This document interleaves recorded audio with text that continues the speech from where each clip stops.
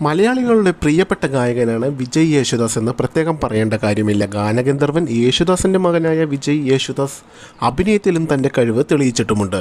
നിരവധി ഹിറ്റ് ഗാനങ്ങൾ വിജയ് യേശുദാസ് ഇതിനോടകം തന്നെ ആലപിച്ചിട്ടുമുണ്ട്. മലയാളത്തിന് പുറമെ തമിഴ്, ഹിന്ദി, കന്നഡ, തുളു, തെലുങ്ക് ഭാഷകളിലും വിജയ് നിരവധി ഗാനങ്ങൾ ആലപിച്ചിട്ടുമുണ്ട്, സൂപ്പർ ഹിറ്റാക്കിയിട്ടുമുണ്ട്. നിരവധി പുരസ്കാരങ്ങളും ഗായകനെ തേടി എത്തിയതായി നമ്മൾ കണ്ടു. എപ്പോഴും വാർത്തകളിലും ഗോസിപ്പ് കോളങ്ങളിലും നിറഞ്ഞു നിൽക്കാറുള്ള ഒരു ഗായകൻ കൂടിയാണ് വിജയ് യേശുദാസ്. 44-കാരനായ വിജയ് ഏറെക്കാലത്തെ പ്രണയത്തിന് ശേഷമാണ് വിവാഹിതനായത്. ഭാര്യ ദർശനിയുമായുള്ള വിവാഹബന്ധം വേർപെടുത്തിയതായി വിജയ് യേശുദാസ് തന്നെ അടുത്തിടെ വെളിപ്പെടുത്തി രംഗത്ത് വന്നിരുന്നു. എന്നാൽ ഇപ്പോൾ സോഷ്യൽ മീഡിയയിൽ ശ്രദ്ധ നേടുന്നത് താരത്തിൻ്റെ പുതിയൊരു പോസ്റ്റാണ്.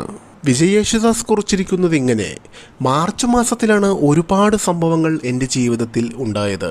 അതെൻ്റെ വിശ്വാസമാണ്. ഇതുകൊണ്ട് താരം ഉദ്ദേശിച്ചത് എന്താണെന്ന് ആരാധകർ ചോദിക്കുന്നതും ഭാര്യയുമായി അകന്നതടക്കമുള്ള സംഭവങ്ങളായിരിക്കാം അദ്ദേഹം പറയാൻ ഉദ്ദേശിച്ചതെന്ന കമൻറ്റുകൾ ഒരുപാട് വന്നിട്ടുണ്ട്. ഇതിന് പിന്നാലെ വേറെ നിരവധി എഴുത്തുകളായിട്ടാണ് താരം എത്തിയിരിക്കുന്നതും.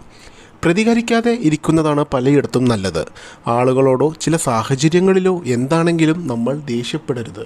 നമ്മുടെ പ്രതികരണമില്ലാതെ ഇതിന് രണ്ടിനും ശക്തിയുണ്ടാവില്ല. ഈ വാക്കുകൾ മനസ്സിലാക്കിയാൽ നമ്മുടെ ജീവിതത്തിൽ ഒരുപാട് മാറ്റങ്ങൾ വരുത്തുവാൻ സാധിക്കും. വിജയ് പറയുന്നു: എങ്ങനെ ക്ഷമ പറയണം, എങ്ങനെ സംസാരിക്കണം, സത്യസന്ധരായിരിക്കണം, മറ്റൊരാളെ കുറ്റപ്പെടുത്താതെ ഉത്തരവാദിത്തം മനസ്സിലാക്കുകയൊക്കെ ചെയ്തില്ലെങ്കിൽ നമ്മൾ തീരെ വളർന്നിട്ടില്ല എന്ന് മനസ്സിലാക്കുകയാണ് വേണ്ടതെന്നും വിജയ് പറയുന്നു. കഴിഞ്ഞ കാര്യങ്ങൾ പുറകിലേക്ക് പോയി മാറ്റം വരുത്താൻ നമുക്ക് ഒരിക്കലും സാധിക്കില്ല. എന്നാൽ നമ്മൾ എവിടെയാണോ അവിടം തൊട്ട് നമുക്ക് അവസാനം വരെ മാറ്റം വരുത്താൻ സാധിച്ചേക്കും എന്നിങ്ങനെയുള്ള വിമർശനാത്മകമായിട്ടുള്ള എഴുത്തുകളും വിജയ് യേശുദാസ് സോഷ്യൽ മീഡിയയിൽ പങ്കുവച്ചു. ഇതോടുകൂടി ആരാധകരും ആകെ അങ്കലാപ്പിലാണ്. എന്താണ് താരം ഉദ്ദേശിച്ചതെന്ന് ആരാധകർക്കും മനസ്സിലായിട്ടില്ല. വരും നിമിഷങ്ങളിൽ കൂടുതൽ വാർത്തകൾ അറിയാം.